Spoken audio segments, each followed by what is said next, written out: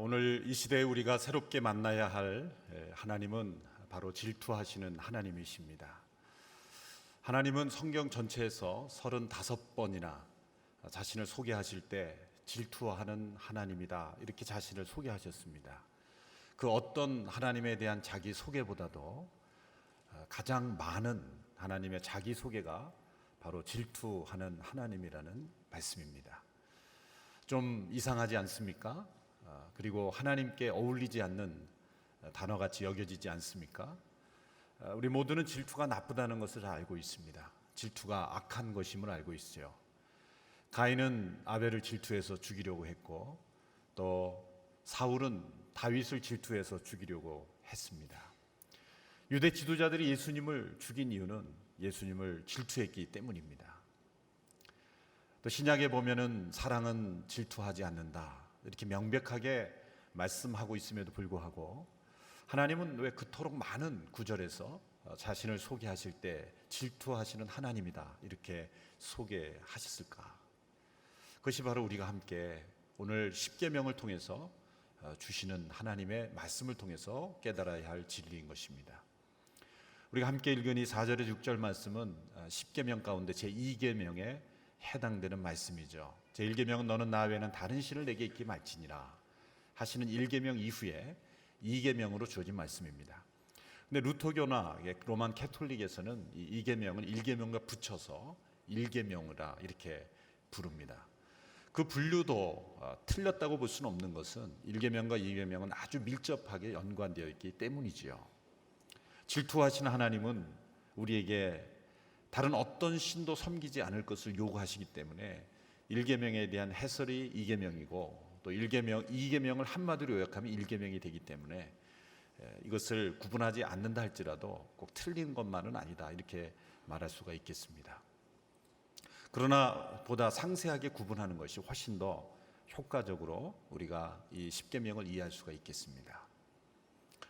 이 질투라는 단어가 부정적 의미 또 악한 것임에도 불구하고 이런 단어를 쓰시면서까지 하나님께서 자신을 소개한 이유가 있습니다. 성경에 보면은 이 질투라는 그 원래 단어가 사용될 때 긍정적인 의미에서 사용될 때도 있었고 또 부정적인 의미로 사용될 때도 있습니다. 긍정적인 이 상황 속에서 이 질투라는 단어가 사용될 때는 열정 혹은 열심으로도 번역이 되어 있습니다. 성경에 보면은 이 성경 곳곳에 열정이라고 번역된 단어, 예를 들어서 열왕기상 19장 10절에 엘리야가 이렇게 말할 때 저는 만군의 하나님 여호와를 매우 열심으로 섬겼습니다 할 때 하나님께서 내 질투하는 하나님이다 하는 질투와 같은 단어를 사용했다는 거죠. 또 요엘서를 보면은 그때 여호와께서 자기 땅을 위해 중심이 뜨거우시며 그 땅을 긍휼히 여길 것이다. 이 중심이 뜨겁다라는 단어도 이 질투라는 단어와 같은 단어를 사용했습니다. 이 질투화가 이르는 이 단어가 열정이나 열심 혹은 열정이라는 단어로 번역됐음에도 불구하고 성경에 번역되는 여러 언어들마다 이것을 그런 단어로 번역하지 않고 그냥 질투, 영어로도 젤러시라고 그냥 번역한 이유가 있습니다. 그런데 이 질투라는 단어가 가지고 있는 그 어감, 단순한 열정 그 이상의 어떤 집념, 그 사랑에 대한 대상에 대한 그 포기할 수 없는 그런 열정 이상의 사랑, 단순한 열정이라고만 표현하기에는 너무나 강렬한 그러한 사랑을 표현할 단어로는 질투라는 단어가 더 적합하기 때문에 성경이 번역된 언어마다 그대로 우리나라에도 질투라는 단어를 사용할 수밖에 없었던 것이죠. 그래서 신명기 4장 24절에 보면 하나님을 이렇게 소개합니다. 너희 하나님 여호와께서는 살라버리시는 불이요 질투하는 하나님이시다. 살라버리는 불이다. 그리고 질투하는 하나님이다. 이 살라버리는 불 같은 사랑, 그 사랑을 표현하기에는 이 질투라는 단어가 비록 부정적 의미로 더 많이 사용되지만 이 질투라는 단어를 사용할 수밖에 없는 그런 하나님에 대해서 설명하고 있기 때문이죠. 그런데 오늘날 많은 신앙인들이 가장 이해하기 어려운, 그리고 이 질투하는 하나님을 이해하지 못했기 때문에 신앙이 약해지고 무너지고, 또 교회가 그 신앙의 힘을 잃어버리고 교회가 타락하는 그런 일이 바로 이 질투하는 하나님을 체험하지 못했기 때문이라고 생각을 합니다. 몇 해 전에 그 미국의 흑인 유명한 톡쇼 진행자 오프라 윈프리라는 여성이 있죠. 윈프리 쇼 톡쇼로 아주 유명한 여성입니다. 거의 뭐 대통령과 맞먹는 그런 영향력을 발휘하고 있죠. 그 오프라 윈프리가 크리스찬으로 많이 알려져 있었는데, 제가 미국에 있을 때 이 여성이 자신의 신앙에 대해서 발표한 적이 있습니다. 그러면서 자기가 지금까지 믿어왔던 신앙에 대해서 회의를 갖게 되었다. 그 내용은 뭐냐면 바로 이 하나님이 질투하신다는 면에서 나는 하나님을 다시 보게 되었고, 내가 믿는 하나님은 이렇게 편협한 하나님이 아니다라고 주장하게 되었습니다. 내가 믿는 하나님은 어떤 하나님인가? 내가 어떤 신을 믿든지 관용하고 포용하고 이해해 주시는 그런 하나님이 사랑의 하나님이지, 질투한 하나님이다. 나만 섬겨라, 나만 예배하라, 살라버리겠다, 그렇게 위협하고 그렇게 질투하는 하나님은 나는 믿고 싶지 않다. 내가 믿는 하나님은 그런 하나님이 아니다. 이렇게 질투하는 하나님을 받아들이지 못한다는 발표를 했던 것이죠. 이것이 바로 그 무서운 오늘날 이 시대를 사로잡고 있는 종교다원주의인 거죠. 포스트 모더니즘의 특징. 포스트 모더니즘의 가장 중요한 모토는 관용, 포용. 각자가 진리라고 믿는 것은 있지만 모두가 받아들여야 될 진리란 존재하지 않는다. 객관적인 진리가 있는 것이 아니라 각자 진리라고 느끼는 것, 또 나는 이것을 진리로 삼겠다, 나는 이것을 진리라고 생각한다, 혹은 진리인 것처럼 느낀다, 그것이 진리, 각자가 진리라고 믿는 것이 진리지, 모든 사람들에게 공통적으로 받아들여야 될 진리는 존재하지 않는다. 이것이 종교다원주의죠. 바로 이러한 시대 속에 교회마저 무너져가고 있습니다. 바로 질투하시는 하나님을 만나야만 이런 종교다원주의 위험을 넘어갈 수 있습니다. 자, 이 종교다원주의가 요즘 생겨난 것 같지만 사실은 거슬러 가면 이 중세시대의 토마스 아퀴나스라는 그 철학자가 있는데, 이분이 기대한 영향을 미친 분입니다. 그런데 생각 하나를 잘못함으로써 교회의 방향, 이 생각의 방향을 잘못 틀어버린 거죠. 그 당시 이 사람이 주장한 것은, 이 사람은 천지창조도 믿습니다. 하나님이 살아계시다고도 믿습니다. 그런데 하나님에 대해서 잘못 생각한 것은, 하나님이 우주 만물을 다 창조해 놓으시고 자연 질서대로 움직여지도록 창조해 놓으시고 하나님은 손을 떼셨다. 노터치. 만물의 질서대로 움직이도록 창조해 놓으셨지만 하나님이 일일이 간섭하시진 않는다 라는 이신론, 영어는 디즘이라고 하죠. 자연신론이라고 하고, 자연이 신이 되어버린 것입니다. 하나님이 살아계시다는 것도 믿고 천지를 창조하셨다는 것도 믿는데, 하나님이 매 순간마다 우주 모든 만물을 섭리하고 다스리고 계시다라는 것, 주관하고 계시다는 것, 거기에 대해서는 회의를 가졌습니다. 그로 인해서 과학은 발달했어요. 왜? 이 자연 속에 하나님께서 신적인 어떤 원리, 법칙을 넣어놓으셨기 때문에 열심히 그 자연을 탐구하고 자연과학이 발달하는 그런 아주 중요한 이 사상적인 기초를 제공하게 된 거죠. 그런데 놀라운 것은 과학이 발달하면 발달할수록, 자연을 관찰하고 이 우주 만물의 원리를 발견하면 발견할수록 사람들이 신앙을 잃어가는 이유, 그 원리를 만드신 하나님, 하나님께서 법칙은 만들어 놓으셨지만 하나님이 간섭하지 않는 것이 아니라 모든 자연의 질서대로 씨앗을 심으면 식물이 자라나는 것, 모든 것 하나도 하나님이 주관하신다고 믿어야 되는데, 자연이라는 이름으로 신앙을 배척해버렸죠. 자연이라는 이름으로 하나님을 거부했죠. 자연이라는 이름으로 하나님은 계시지 않는다고 주장하게 되었죠. 이것이 자연신론의 엄청난 위험입니다. 사실 그로 인해서 오늘날까지 많은 사람들은 자연은 믿지만 기적은 믿지 않는다. 사실 자연이란 기적의 연속일 뿐입니다. 한 생명이 사람의 몸에 태어나는 것 얼마나 기적입니까? 그리고 한 씨앗이 심겨졌을 때 썩어지지만 식물이 태어나는 것 얼마나 기적입니까? 너무나 반복되었어.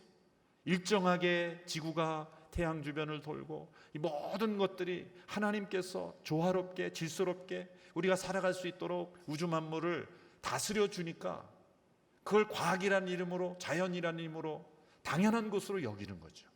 그러나 하나님은 자연 질서만 만들어 놓고 손 떼고 쉬시는 하나님이 아니라 모든 상황 속에서 하나님은 통치하고 계신다는 거예요. 주관하고 계시는 거예요. 아침 해가 뜨도록 하나님이 만들어 놓으셨기 때문에 자연적으로 뜨는 것이 아닙니다. 하나님은 아침마다 해를 떠올리시는 하나님이세요. 물론 지구가 도는 거죠. 제가 표현을 그렇게 했지만, 과학적 표현은 아니지만, 하나님이 왜 질투하십니까? 우리 모든 삶을 아시고 우리 모든 삶을 주관하시고 우리의 일거수일투족을 아시고 우리의 생각까지도 아시는 그 하나님, 그 하나님이시기 때문에 하나님은 우리의 모든 생각 하나까지도 관심이 있으시고 그리고 주관하고 계시다는 거예요. 우리의 모든 삶을 다스리지 못하시는 하나님은 질투하시는 하나님이 아니죠. 너는 나 외에는 다른 신을 내게 있게 말지니라 말씀하신 이유는 하나님이 질투하시는 하나님이기 때문에 그렇게 우리에게 요구하실 수가 있는 것이죠. 하나님은 오프라 윈프리라는 여인이 고백한 대로 자신이 다른 대상, 다른 신을 찾아도 포용력 있게 받아주고 괜찮다, 그렇게 여기는 하나님이 아니십니다. 오늘날에는 어떤 사람이 멋있는 사람이 되었냐면요, 부처님 오신 날에는 교회에서 스님을 초청해서 설법을 들어야 좋은 교회가 돼버렸어요. 점점 이상해지는 거예요.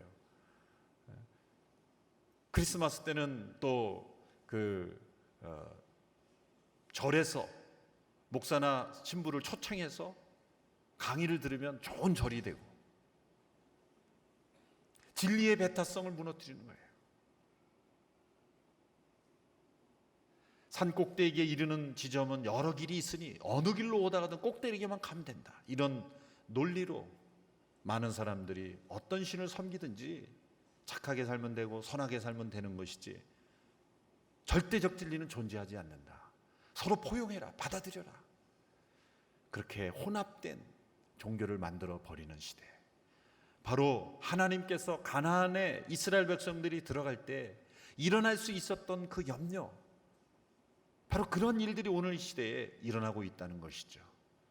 그러므로 오늘은 우리들은 출애굽한 백성들이 가나안 땅에 사는 것을 살 때에 이 10계명을 기억하며 살아야 했던 것처럼 오늘 이 시대에 1계명, 2계명, 이 계명을 우리의 마음의 중심에 모시고 살아야 하는 것이죠.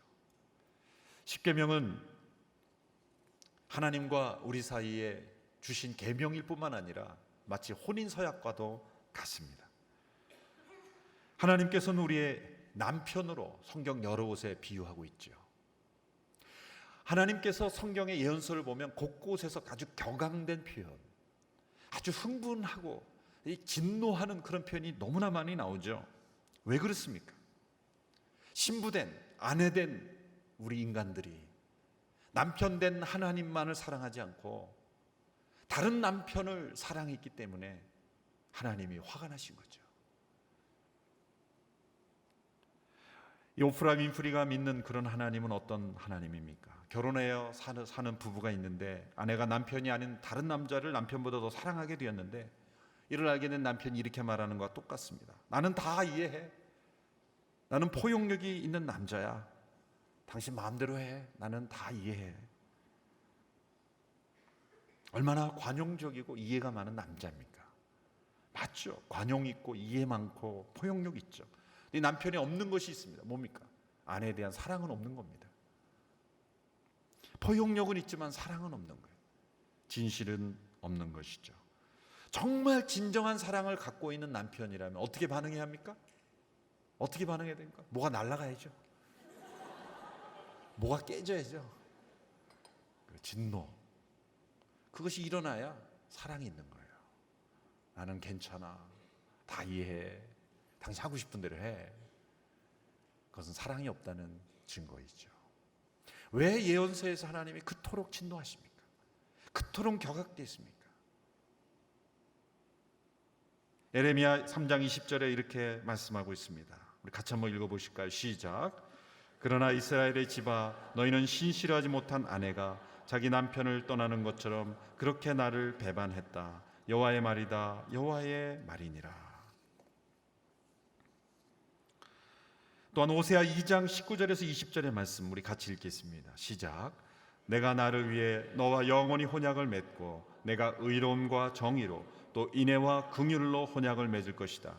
내가 나를 위해 진실로 혼약을 맺을 것이다. 그러면 너는 여호와를 알게 될 것이다. 우리가 하나님께서 우리에게 알려주신 방법으로 혼약의 관계를 통해, 이 결혼의 관계를 통해 우리를 알려주신다는 거예요. 그러나 이스라엘 백성들에게서 나타난 것은 남편 되신 그 하나님을 우리가 떠났다는 거죠.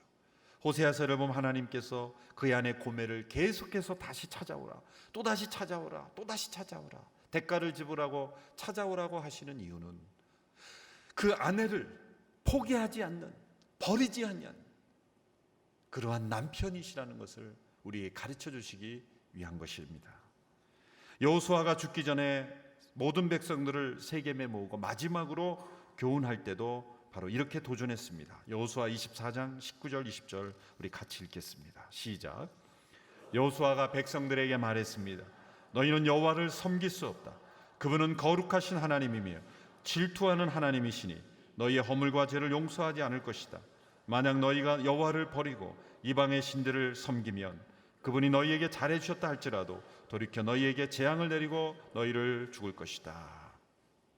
하나님은 이렇게 자신을 버리고 떠난 아내 된 이스라엘을 진노하시고 심판하신다는 것입니다. 왜 이렇게 하나님은 편협해 보이는 하나님으로 우리에게 나타나는 것일까요? 조금이라도 우리가 하나님 위에 다른 신을 섬기면 왜 벌을 내리신다고 경고하시는 것일까요? 그 이유는 단 한 가지입니다. 우리가 다른 신을 섬기면 그것이 우리에게 불행이 되기 때문이에요. 그것이 자체가 우리에게 징벌이 되기 때문이에요. 그것이 우리에게 저주가 되기 때문이에요. 하나님, 우리가 저주받은 인생, 불행한 인생, 그리고 징벌 가운데 있는 인생이 되지 원치 않으신 것입니다. 왜 하나님만을 섬기라고 하시는가? 그것이 우리의 행복이기 때문이에요. 그것이 우리에게 생명이기 때문이에요. 그것이 우리에게 살 길이기 때문이에요. 하나님 우리를 사랑하시기에 우리가 가장 행복한 삶을 살기를 원하시는 거예요.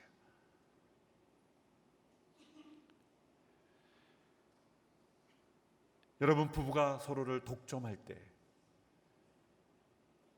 왜 이렇게 나를 구속하느냐? 왜 다른 사람을 사랑하지 못하도록 나를 얽어매느냐? 라고 말하지 않습니다. 그래서 서로를 독점하고 서로를 얽어매는 것이 가장 행복한 거예요. 행복한 거예요. 그래서 부부가 길을 가다가 멋진 여인이 나오면, 멋진 여인이 등장하면 아내가 누구를 쳐다봅니까? 여인을 쳐다 안 봐요. 남편을 쳐다보지. 이 독점적 사랑, 행복한 부부입니다. 멋진 여인을 여자가 계속 쳐다보는 그 아내는 아내의 자격이 없는 거예요. 남편을 봐야 되죠. 남편. 독점하는 사랑만이 부부간의 행복을 이어갈 수 있기 때문에, 나만을 사랑하라, 하나님의 한 남편만을 사랑하는 것이 불행입니까? 그게 행복이죠. 그게 행복이에요. 하나님만을 사랑하는 것이 우리가 구속되고 자유가 없고 행복을 잃어버리는 것입니까? 많은 철학자들은 그렇게 하나님만을 섬기도록 만드는 종교는 우리를 편협하게 만들고 우리의 자유를, 인간의 자유를 앗아가는 것이라고 말하지만, 그러나 하나님을 사랑하지 않을 때 우리는 자유를 잃어버리는 거예요. 인간은 하나님만을 사랑할 때 진정 자유로울 수가 있는 거예요. 왜 우리가 자유가 없습니까? 왜 행복이 없습니까? 왜 방황합니까? 하나님만을 사랑할 때 우리가 자유롭고 행복할 수 있는데 하나님을 떠났기 때문에. 물고기가 물을 떠나면 자유로울 수도 없으시, 운동하는 선수들이 경기 규칙을 어기면 자유로울 수 없으시, 우리는 하나님 안에 하나님만을, 하나님을 남편으로 모시고 살아야 우리는 행복하고 자유롭고 그리고 생명을 누릴 수가 있는 것이죠. 조나단 에드워드라는 분이 결론이, 그분의 모든 신학과 사상과 모든 그 사람이 말씀하신 진리의 핵심은 뭐냐면 한 문장으로 요약할 수 있습니다. 하나님께서 가장 영광 받으시는 순간은 언제인가? 바로 인간들이 하나님을 최고로 높일 때 있는데, 인간들이 하나님을 최고로 높일 때 인간은 가장 행복하다. 인간이 하나님을 최고로 만족해할 때 하나님은 가장 영광 받으시다. 하나님이 최고로 영광 받으시는 것과 우리가 가장 행복해지는 것은 서로 연결이 되어 있는 거예요. 하나님, 우리가 가장 행복하기를 원하세요. 가장 자유롭게 살기를 원하십니다. 그것은 하나님만을 경배할 때, 하나님만을 사랑할 때 우리가 가장 행복하고 가장 만족한 삶을 살 수가 있다는 것입니다. 그래서 하나님은 우리의 마음이 다른 데로 향하는 것을 원치 않으세요. 우리에게 그냥 관심이 있는 정도가 아니에요. 가끔 가다가 그냥 이렇게 살피는 정도가 아닙니다. 남편과 아내가 늘 서로의 눈빛을 살피는 것처럼, 아니 그 이상으로 하나님 우리의 마음 구석구석을 살피고 계세요. 그리고 순간순간 얼마나 많이 질투하실까. 우리가 하나님 위의 것을 사랑하는 것을 하나님은 못 견디 하시는 거예요. 못 견디 하시는 거예요. 하나님, 우리가 시간을 어디다 보내시는지 관심이 많으세요. 우리가 어떤 책을 읽는지에 대해도 관심이 많으세요. 베스트셀러 책은 열심히 사보면서 성경을 읽지 않을 때 하나님은 뭐라고 말씀하세요? 나도 책 한 권 썼는데 왜 안 읽어? 내가 쓴 책도 좀 읽어. 베스트셀러만 읽지 말고. 하나님은 시기하시고 질투하시는 거예요. 하나님 책도 읽어야 돼요. 가장 사랑할 때 하나님이 가장 기뻐하시죠. 하나님과 대화하는 것, 하나님과 대화하는 시간, 기도하는 시간, 하나님은 기다리세요. 질투하시기까지, 시기하시기까지. 야고보 4장 5절에 보십시오. 우리 같이 한번 읽어볼까요? 야고보서 4장 5절 시작. 여러분 안에 계신 성령께서 시기하기까지 사모하신다고 하는 성경 말씀을 헛된 것으로 생각합니까? 헛된 것으로 생각합니까? 그럴 수 없다는 거예요. 성령께서 우리 안에 시기하기까지 사모하신다. 질투하시는 하나님이 이제 저 먼 하늘에 계시는 것이 아니라 성령 하나님으로 우리 안에 계신다는 거예요. 그래서 우리 안에서 시기하시기까지 하나님이 질투하시며 사모하신다는 거예요. 여러분이 성령님의 시기심과 질투를 우리가 느껴야 돼요. 이 성령 하나님의 시기와 질투를 느끼지 못한 사람은 아무렇게나 살아가는 거죠. 왜 하나님께서, 그리고 성령 하나님께서 우리를 질투하기까지 우리를 사모하십니까? 십자가를 지시기까지 우리를 위해 죽으셨기 때문에. 왜 마음을 다하라고 하라고 요구하십니까? 하나님 우리에게 마음을 다했기 때문에. 하나님이 우리에게 마음을 다하지 않고 사랑하시면서 우리에게 마음을 다하라고 요구하시는 분이 아니에요.